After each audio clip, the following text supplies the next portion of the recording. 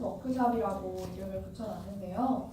워크샵인데 이제 저희 미스크 아시죠? 김정필 위원님 스페이스는 미스크에서 진행해주셨던 툴 교육이랑 오기 정경남 위원님이 이제 그팀 빌딩, 팀워크 관련해서 해주셨던 그 강의 내용을 바탕으로 제가 재구성해서 여러분께 알려드리는 거거든요. 그래서 우리가 어떻게 팀 프로젝트를 좀 더 효율적으로 지혜롭게 할 수 있을지에 대한 내용을 말씀드릴 거니까 집중해서 들어주시고, 오늘 15기, 16기 프로젝트 사례를 보시고 또 많이 느끼셨겠지만 우리가 정말 단계적으로 이 프로젝트를 진행해 나가는 게 굉장히 중요하거든요. 그래서 여러분 집중해서 들어주셨으면 좋겠습니다. 네. 괄호를 한번 채워볼까요? 우리는 여기에 뭘 하기 위해서 모여있는 무엇일까요? 공동체. 글자 길이로 봐서는 프로젝트랑 사람이다. 프로젝트는 맞았어요. 공동체. 우리는 여기에 프로젝트를 하기 위해서 모여있는 공동체입니다. 학생이다. 나무. 17기 팀. 우리는 나무. 프로젝트를 하기 위해 지금은 팀 프로젝트 워크숍이니까 우리는 프로젝트를 하기 위해 팀 단위로 모여있어요. 이거를 좀 기억하고 여러분이 가셨으면 좋겠고요. 그러면 팀 프로젝트를 하기 위해서 필요한 역량은 뭐가 있을까요? 자본? 그건 역량이 아니겠죠? 우리의 역량이 뭐가 있을까요? 의사소통 능력, 네, 그것도 있겠죠? 리더십, 열조적 예지, 적극 의지, 예산. 강인한 추진력. 네, 다 맞습니다. 그거를 좀 더 카테고리로 아산에서 배웠냐? 우리 회사 큰 가치야. 범주로 말씀을 드려보면 네. 프로젝트 관리 능력, 문제 해결 능력, 그리고 협업 소통 능력, 이런 세 가지 역량이 있을 수 있겠다. 현대 좋다. 이 세 가지에 대해서 오늘 좀 팁을 드리려고 하는 거예요. 그럼 우리 간단하게 워밍업으로 옆에 계신 분들과 이야기 나눠볼까요? 3분 동안. 우리에게 귀가 없다면 어떻게 안경을 디자인하시겠어요? 지금부터 얘기해보시겠어요? 시작! 귀를 만들어. 요즘에 코받침만 이렇게 하는 게 이렇게 되는 것도 있을 수도 있고 여러 가지. 안경을 써.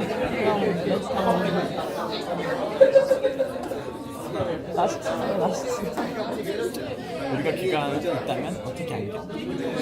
라식 수술을 개발할 것이다. 졸라 혁신이야. 라식 수술을 모두에게. 혁신이네. 안경만 저런 거 봐. 생각하면 무시대. 이미 늦었어.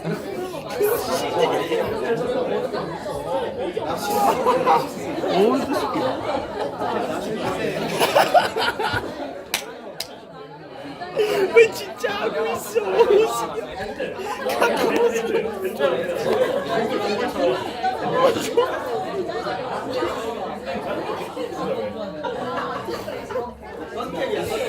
오시냐? 아 이거 되네. 되잖아. 되잖아. 안경 봐. 아니야. 아니 우리 둘이 이런 거다 시대적인 발상이야. 안경 왜 써? 렌즈 끼면 되지. 라식 하면 되지.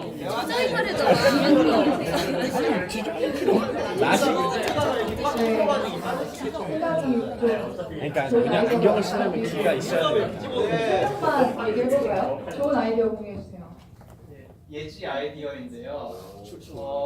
여기 오 치과. 일단 오. 코가 있다는 가정하에서 지지대는 그대로 있고요. 이거 다리가 귀가 지지하던 그 역할이 없으니까 대신에 이걸 고무줄로 하면은 내거 뺏겼다. 좀 네, 고무줄. 또 안경이라는 그 기존의 틀을 벗어야 되기 때문에 우리 조장님께서 렌즈라는 새로운 것을 혁신을 적용할 수 있는 혁신적이다. 이노베이션. 굳이 꼭 안경이 꼭 안경 형식이 해야 되나? 그리고 저희 건데. 먼저 말하는 건 있어야. 나온 거예요. 네, 한 명만 더. 네, 말씀해주세요. 저희는 그 라식도 생각했지만 한 번 더 생각하는 게 귀가 없다면 귀를 만들고 그다음에 그거에 그냥 원래는 안 되는 그런 창의적인 아이디어다. 귀를 만드는 거 원기를. 귀까지 붙어있는 거 귀까지 붙어있는 거 신앙심이 너무 행복해서 이게 털어서 붙여줘야 돼. 이것이 애초에 귀라는 개념이 없어. 그렇지. 그거 중요해. 귀가 아예 없다면 안경을 이렇게 만들지 않았을 거 아닙니까? 근데 우리가 과거에 보면은 이렇게 드는 안경들이 있었습니다. 들고 있었던 안경들이 1600년대, 1700년대는 이렇게 안경을 들고 다녔어요. 맞아. 요즘 무슨 시대인데 이렇게 아니 근데 여러분 우리가 이렇게 생각해야 돼요. 생각해 보세요. 귀가 없다라는 전제를 깔고 지금 우리가 귀가 있기 때문에 아 안경은 이렇게 생겼구나라고 생각했겠지만 우리가 만약에 귀가 아예 없다는 삶을 살았다면 귀를 만들면 됩니다. 그러니까 귀 자체를 어떻게 만지냐는 거예요. 그러니까 귀를 어떻게 만지냐. 그러니까 이 이거를 우리가 지금 실제로 디자인하는 게 아니기 때문에 이 논의는 드는 안경을 하고 라식에 대한 개발. 라식 개발. 우리가 어떤 각도에서 문제를 볼 것인가 그리고 뭘 문제시 할 것인가를 좀 더 생각해 보셨으면 좋겠는 취지에서 질문을 드렸고요. 네, 오늘의 학습 목표는 목표를 향해 나아가는 프로젝트 방법론 익히기입니다. 먼저 세 가지 그러니까 프로젝트를 해결하는 데 있어서 세 가지 스텝이 있다고 이제 미스팀에서 자료를 주었는데 먼저 명확화, 문제를 발견하고 문제가 뭔지를 내가 말로 설명할 수 있어야 돼요. 그래서 해결할 가치가 있는 문제를 찾고요. 두 번째는 솔루션, 그러니까 고를 설정해서 문제 해결을 이제 실제로 하는 단계인데 문제가 무엇인지를 발견을 했으면 어떻게 이걸 해결할 것인가를 설계하는 단계가 두 번째 단계고요. 세 번째는 이걸 실제로 실천을 해야겠죠. 이렇게 크게 세 가지 단계가 있습니다. 이건 다 이제 설계를 하는 어떻게 이 프로젝트를 설계하고 실제로 실행할 것인가에 대한 그 세부적인 논의가 필요한 작업들이겠죠. 우선 사례를 하나 말씀을 드릴게요. 우리가 문제를 해결하는 데 있어서 솔루션 중심의 문제 해결 방법이 있고 인간 중심 문제 해결 방법이 있어요. 그 중에 사례 하나는 스마트폰 중독이라는 문제를 가지고 이걸 어떻게 해결할 것인지 이거를 어떻게 해결한 사례가 있는지를 좀 먼저 말씀을 드릴게요. 일단 우리가 문제를 발견을 했죠. 스마트폰 중독이라는 현상으로 인해서 발생하는 문제는 관련한 사고가 많이 일어나. 차내 사람 교통사고가 지금 이렇게 증가를 하고 있고 스마트폰 관련 사고가 이렇게 증가를 하고 있다라는 문제점을 발견을 했어요. 이 상황에서 솔루션 중심과 인간 중심 접근은 어떻게 다른지를 먼저 살펴보려고 해요. 우선은 우리가 솔루션을 찾을 때 어떤 사례가 이미 있는지를 먼저 찾아보는 게 중요한데 해외에서는 어떻게 하는지를 먼저 살펴보면은 미국에서는 벌금을 물고 미국의 뉴저지 주에서는 벌금을 물고 또 어떤 주에서는 경고 문구를 이제 룩업이라는 경고 문구를 심어놓기도 하고 일본에서는 스마트폰 잠금 기능 뭐 걷다가 신호등이 있다 그럼 스마트폰이 잠겨진다든지 뭐 이런 서비스를 뭐 개발을 하고 이렇게 한다고 해요. 일단 우리가 어떤 사례가 이미 있는지를 살펴봤는데 실제로 우리나라에서는 어떻게 이루어졌었냐 봤을 때 이런 캠페인, 그러니까 이건 솔루션 중심 접근 사례 중에 하나인데 일반적인 접근의 사례예요. 일단 이런 금지합시다 라는 캠페인을 벌이고 실제로 그 문구를 보여주는 거죠. 신호등에서 이런 게 있었고 조금 더 개선된 예시로서는 아이콘을 만들어서 이제 보여주는 거예요. 글씨가 아니라 이렇게 글씨가 아니라 딱 보면 알 수 있게 보행 중 스마트폰 중에 여기 차에 칠 수 있습니다 라는 것을 이제 보여주는 그런 예시로서 조금 더 개선된 예시였는데 이건 솔루션 중심 접근의 예시였고요. 인간 중심적으로 내가 이걸 해결해보고 싶다 하면 어떤 게 있었을까요? 혹시 생각나는 아이디어 있나요, 여러분? 좀 더 인간 중심적인 이걸 실제로 사용하는 사람의 입장으로서 그러니까 이걸 해결해야 된다에 집중하는 게 아니라 내가 내가 이걸 사용하는 사용자의 입장으로서 더 쉽게 다가갈 수 있는 솔루션이 뭐가 있었을지? 바닥에 맞아요. 바닥에 우리가 이걸 아래로 내려다보고 가는 거잖아요. 그래서 바닥에 이 문구를 설치를 한 거죠. 위나 정면이 아닌. 그래서 이게 인간 중심 접근의 한 사례로 보여드린 거고요. 그래서 문제 대응의 솔루션 중심의 해결을 했을 때는 이거를 어떻게 따르도록 할 것인지가 키워드였고 인간 중심적인 접근에서는 현재 달라진 맥락과 패턴을 반영해 더 나은 보행 체계와 신호등이란 무엇인가를 생각해보는 게 더 이제 집중 포커스였어요. 그래서 그래서 우리가 인간 중심적으로 뭔가를 해결하기 위해서 물론 솔루션 중심 접근도 필요할 때가 있겠지만 우린 좀 더 인간 중심적인 접근을 해보자라는 취지에서 말씀드린 거고 인간 중심 세계관, 디자인 띵킹이라고 하는데는 올바른 해결책을 구하기 전 그 사람이 진짜 원하는 게 무엇인가에 집중을 합니다. 그 사람은 이제 우리가 문제를 삼은 그 대상자겠죠. 즉 문제에 대한 솔루션을 찾기 전에 과연 진짜 문제가 무엇인지를 먼저 고민을 해봐야 그거에 맞는 솔루션이 나온다는 취지의 말씀이에요. 그래서 첫 번째 단계로 어떻게 올바른 문제를 어떻게 찾아갈 것인가, 내가 어떻게 문제를 바라보고 어떻게 문제를 올바르게 찾을 것인가에 대한 내용인데요. 우선은 현재 상태와 내가 바람직하다고 생각하는 상태를 그려봐야겠죠. 그리고 그 사이에 오는 갭에서 오는 니드, 여기 갭에서 뭐가 필요한지를 봤을 때 그게 문제가 되는 거예요. 그거를 가지고 우리가 프로젝트로 삼아서 이걸 어떻게 슈비, 바람직한 상태로 이끌어갈 것인지를 고민하는 게 니드를 찾는, 프로블럼을 찾는 그 방안이라고 할 수 있죠. 그러면은 어떻게 인간중심적으로 사고해서 프로블럼을 제대로 찾아낼 수 있을까? 먼저 관찰을 해야겠죠. 어떤 현상, 스마트폰 중독이라는 현상이 있다. 그럼 그 현상을 관찰해서 뭐가 문제인지를 발견해낼 수 있는 거고, 또 관심사가 생겼으면 그 대상자들과 인터뷰를 해서 조금 더 깊은 문제의식을 가질 수 있는 거고, 전문가를 통해서 배울 수도 있겠죠. 그럼 이제 문제를 찾고 어떤 게 문제인지를 내가 이야기를 할 수 있는 상황이 됐을 때 이제 실제로 솔루션을 어떻게 단계별로 찾아갈 것인지에 대해서 한번 생각을 해볼게요. 로직 모델로 그때 미스크에서는 설명해 주셨었는데 우리가 프로젝트를 시작하게 되면 이런 질문들을 받게 될 거예요. 뭐 하는 프로젝트인가요? 무엇과 관련이 되어 있나요? 어떤 분야의 프로젝트인가요? 누가 서비스를 받게 되나요? 그들은 무엇을 얻게 되나요? 그들은 어떤 혜택을 받게 되나요? 당신의 프로젝트가 성공했다는 것을 어떻게 알 수 있죠? 그 성공을 어떻게 또 증명할 수 있나요? 또 결과에 대한 질문도 많이 있겠죠? 이런 질문들을 예상을 하면서 여러분이 솔루션을 접근을 해가면 좀 더 바람직한 방향으로 갈 수 있을 것 같아요. 로직 모델이라는 걸 설명드리기 전에 우리는 어디로 가고 있는 걸까에 대한 고민을 아마 많이 하시게 될 거예요. 여러분 프로젝트를 하는 중간에 이거를 미션 표류 현상이라는 말이 있다고 해요. 미션 표류 현상은 어떤 조직이 방향성이나 미션으로부터 멀어지고 표류하게 되는 현상을 미션 표류 현상이라고 하는데 우리가 모두 선한 의도를 갖고 프로젝트를 시작을 하겠죠. 하지만 선한 의도만으로는 변화를 만드는 것에 한계가 있고 선한 의도와 더불어 우리가 미션을 계속 잊지 않고 가야 되는 거예요. 우리가 큰 그림을 보고 미션에 동떨어지지 않았는지 계속 점검을 하면서 가셔야 합니다. 그래서 로직 모델이라는 것은 프로그램에 대한 전체 내용을 이 4가지 단계에 맞추어 논리적으로 설계한 모델이라고 해요. 투입, 활동, 산출, 성과. 이걸 자세히 설명드릴게요. 그래서 이 로직 모델을 통해서 프로젝트 활동이 과정을 통해서 사회적으로 어떤 영향이나 변화를 도출해가는지를 알 수 있는 활동이거든요.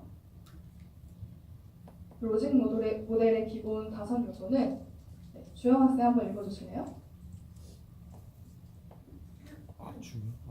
문제의 상황, 프로그램을 기획해야 할 이유, 투입, 프로그램에 투여되거나 프로그램에 의해 소비된 자원, 활동, 임무를 수행하기 위해 프로그램에서 투입으로 활동, 산출, 프로그램 활동의 직접적인 산출, 성과, 프로그램 활동과 활동 이후 참여자들이 얻은 이익에 대한 이익이나 변화. 네, 이런 5가지 요소를 미리 우리가 계산을 해보는 작업이 로직 모델이에요. 이 모델을 미리 세워보고 그대로 한 단계 한 단계 가져가는 것이 프로젝트를 수행하는 데 있어서 굉장히 도움이 될 거예요. 그래서 이 흐름의 구성은 만약 뭐뭐이면 뭐뭐이다 라는 접근으로 가지고 가면 이 프로세스가 나올 수밖에 없거든요. 사실은 먼저 문제 상황, 이런 문제가 여러분이 발견을 했어요. 이런 문제가 있다면 우리는 이런 자원을 투입할 것이다 해서 투입 단계로 가는 거고요. 그러니까 구상을 하는 거거든요. 구상 단계를 말씀드리는 거예요 지금. 그리고 이런 자원이 투입이 된다면 이런 활동을 할 수 있을 것이다 의 프로세스가 가겠죠. 그러면 이런 활동을 하면 또 어떤 결과가 나올 것이다. 결과에 대한 예상을 또 해보실 수 있겠죠. 그럼 결과가 나오면 어떤 성과가 있을 것인지, 그러니까 결과와 성과는 조금 다른 내용일 수 있어요. 결과는 실제로 산출된 결과이지만 뭔가 성과, 영향, 어떻게 실제로 이게 영향력을 발휘를 했는지에 대한 부분까지 여러분이 관찰해보고 추후에 성찰을 해보실 수 있을 거예요. 네, 그래서 성과 이후에는 실제로 프로젝트의 영향으로서 장기적 관점에서 지역, 사회, 국가, 우리 공동체에 어떤 영향을 미쳤는가, 그건 여러분이 예상할 수 없었던 부분에서도 나타날 수 있는 거잖아요. 영향이라는 거는. 여러분이 그거를 또 미리 산출을 해보셨으면 좋겠고요. 예시를 하나 보여드릴게요. 마리몬드라는 회사 아시나요? 네. 아시는 분 혹시 설명해 주시겠어요?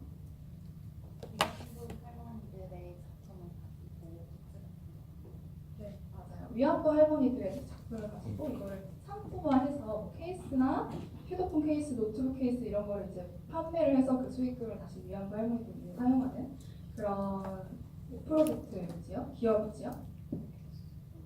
네, 이렇게 되게 예쁘게 디자인된 상품들이 실제로 이게 위안부 할머니를 위한 건지 뭔지 모르는 사람들도 이 제품을 실제로 많이 구입을 하고 있다고 해요. 이 마리몬드가 어떻게 이 로직 모델을 가지고 프로젝트를 했는지 예시를 보여드릴게요. 먼저 이 포맷으로 작성을 하시면 되는데 먼저 문제 상황과 목표를 설정을 하는 거예요. 문제 상황 뭐라고 써있죠? 혹시 총무님 한번 읽어봐 줄 수 있나요? 문제 상황? 위안부의 역사적 인식과 생존자에 대한 관심이 줄어들고 있습니다. 네, 이게 문제 상황이었어요. 이들이 본. 그럼 목표를 어떻게, 그러니까 이 5가지 과정에서 아우르는 문제 상황과 목표는 큰 그림으로 가지고 그 다음에 세부적인 5가지 단계를 세우는 거예요. 목표는 다현 학생이 읽어주시겠어요? 위안부에 대한 일반의 역사를 직접 생존하신 할머니에 대한 네. 문제 상황과 목표가 뚜렷하게 설정이 된 상황에서 이 5가지 단계를 산출해 보는 거예요. 이 5가지 단계를 이제 계획을 해보는 거예요. 그래서 먼저 투입 단계에서는 그러니까 문제 상황을 보고 뭘 투입할지를 아까 if then 기억하시죠? 만약 이거라면 이걸 할 것이다. 문제가 만약 이거라면 이걸 투입할 것이다. 이런 자원이 필요할 것이다. 제품 디자이너가 필요할 테고 위안부 관련 단체와 협력이 필요할 테고 뭐 공장이 필요할 테고 후원금이 필요할 테고 이런 걸 세부적으로 이제 계획을 해본 거예요. 그러면 이런 자원을 가지고 어떤 활동을 할 수 있겠다 해서 활동에서는 미술 치료를 해볼 수 있을 테고 뭐 꽃 패턴을 할머니들이 직접 디자인해 보실 수 있을 테고 용품을 제작하고 유통을 해볼 수 있겠다. 여기 그 2번째 단계까지만 왔어도 굉장히 창의적인 디자인 띵킹을 한 거겠죠. 그리고 이런 활동을 가지고 어떤 아웃풋이 있을 수 있을까 했을 때 뭐 수익금이 날 수 있겠고 캠페인에 이거는 그 산출 단계는 여러분 다시 설명드릴게요. 양적으로 수치를 표현해 보는 거예요. 아웃컴 이전에 아웃풋은 여기도 써있다시피 양적인 수치 그래서 양적인 그 수치가 나올 수 있을지를 먼저 여러분이 생각을 해보시는 거예요. 수익금은 얼마가 날 수 있겠고 이런 활동을 통해 캠페인에 참여자 수는 몇 명이 될 수 있겠고 컨텐츠에 이만큼 노출될 수 있겠고 후원도가 증가하면 얼마나 증가될 수 있겠고 이런 걸 아웃풋을 산출을 해보시는 거고 그 다음에 이제 결과가 나오겠죠.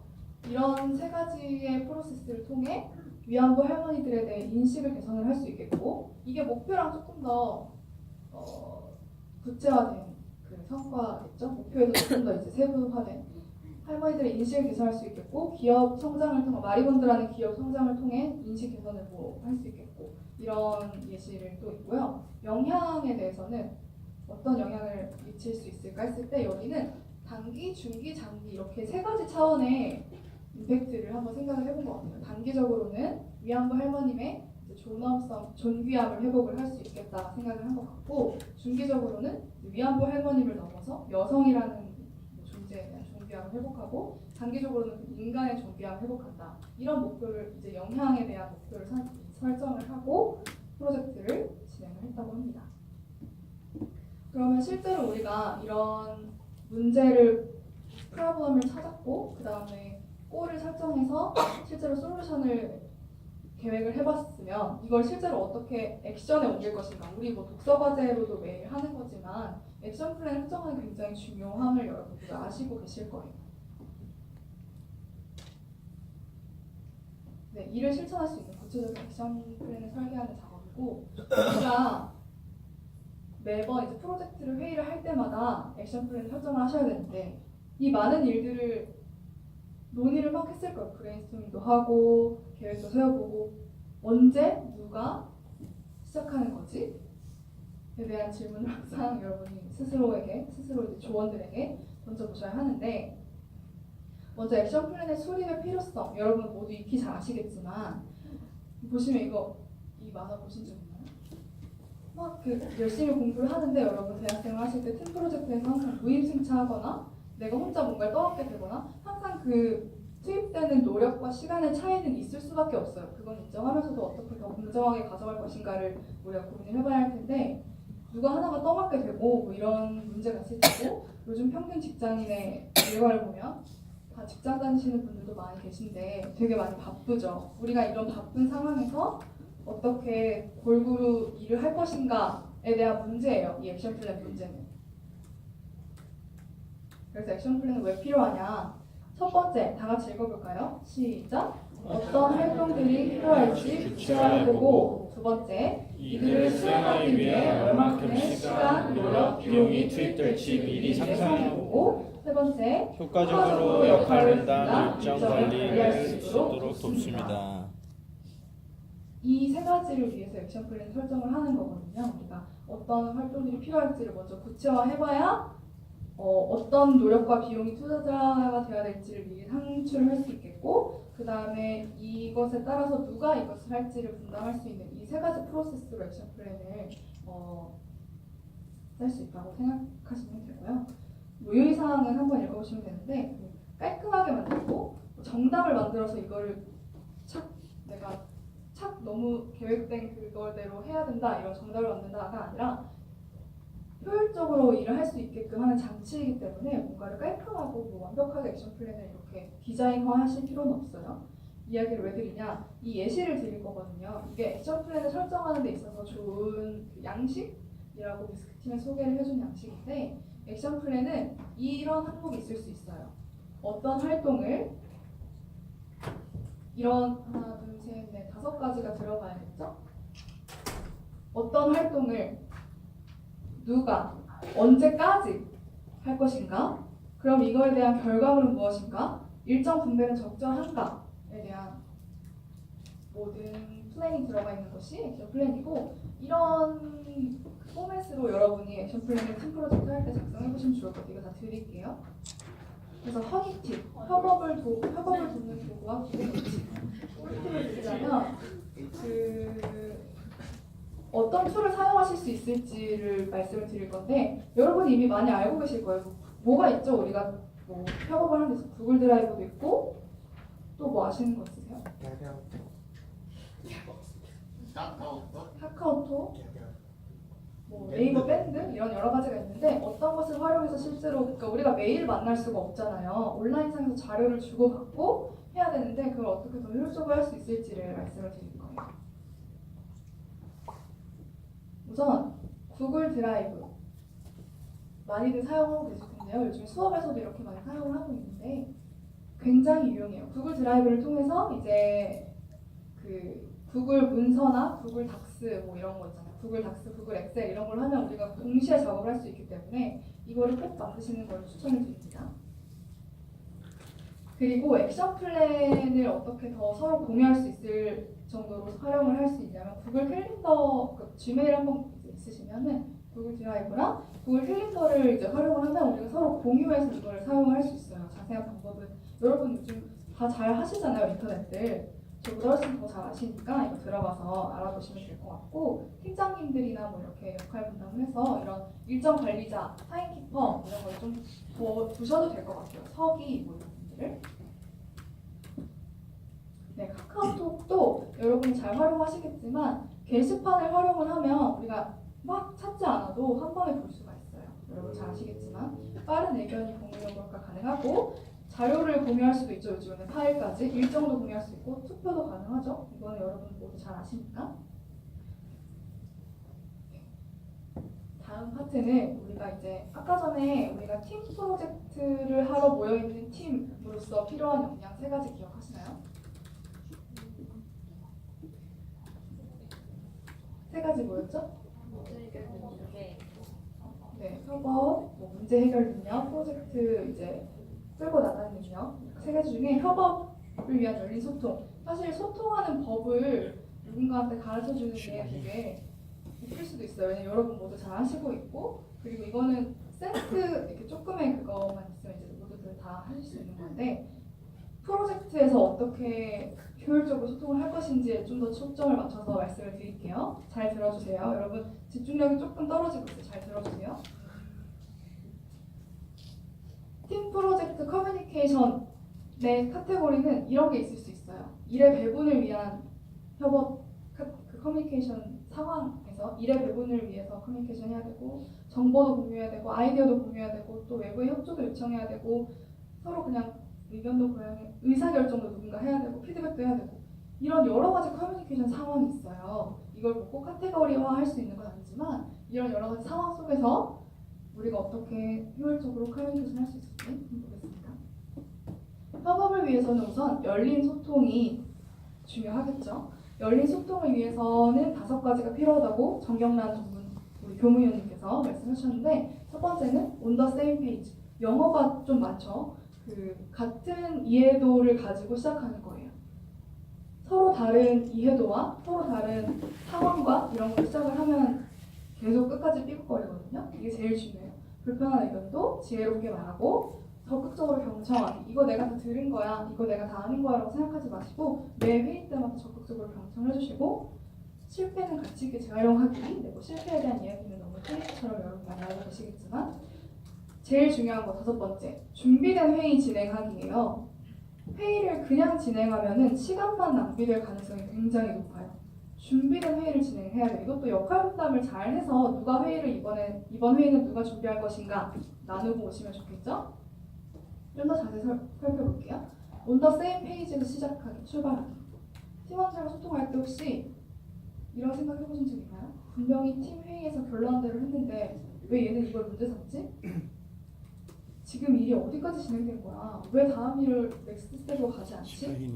혹은 다 이해한 것 같은데 왜 이렇게 일을 했지? 이런 일들은 정말 비일비재하죠. 회사에서나 학교에서나. 협업을 위한 커뮤니케이션의 출발은 해석의 차이를, 이게 다 해석의 차이잖아요. 해석의 차이를 줄이는 공통의 이해로부터 시작해요. 공통의 이해를 하기 위해서 on the same page에서 출발하기 위해서 어떤 게 필요할지 여러분 한번 논의해 보시겠어요? 우리가 모두가 같은 이해도를 가지고 출발하기 위해서는 어떤 커뮤니케이션이 필요할지, 어떤 장치가 필요할지 지금 옆 사람과 한번 이야기해 보세요. 뭐가 있다고? 어떻게 해야 돼? 말을 잘해. 신랑이니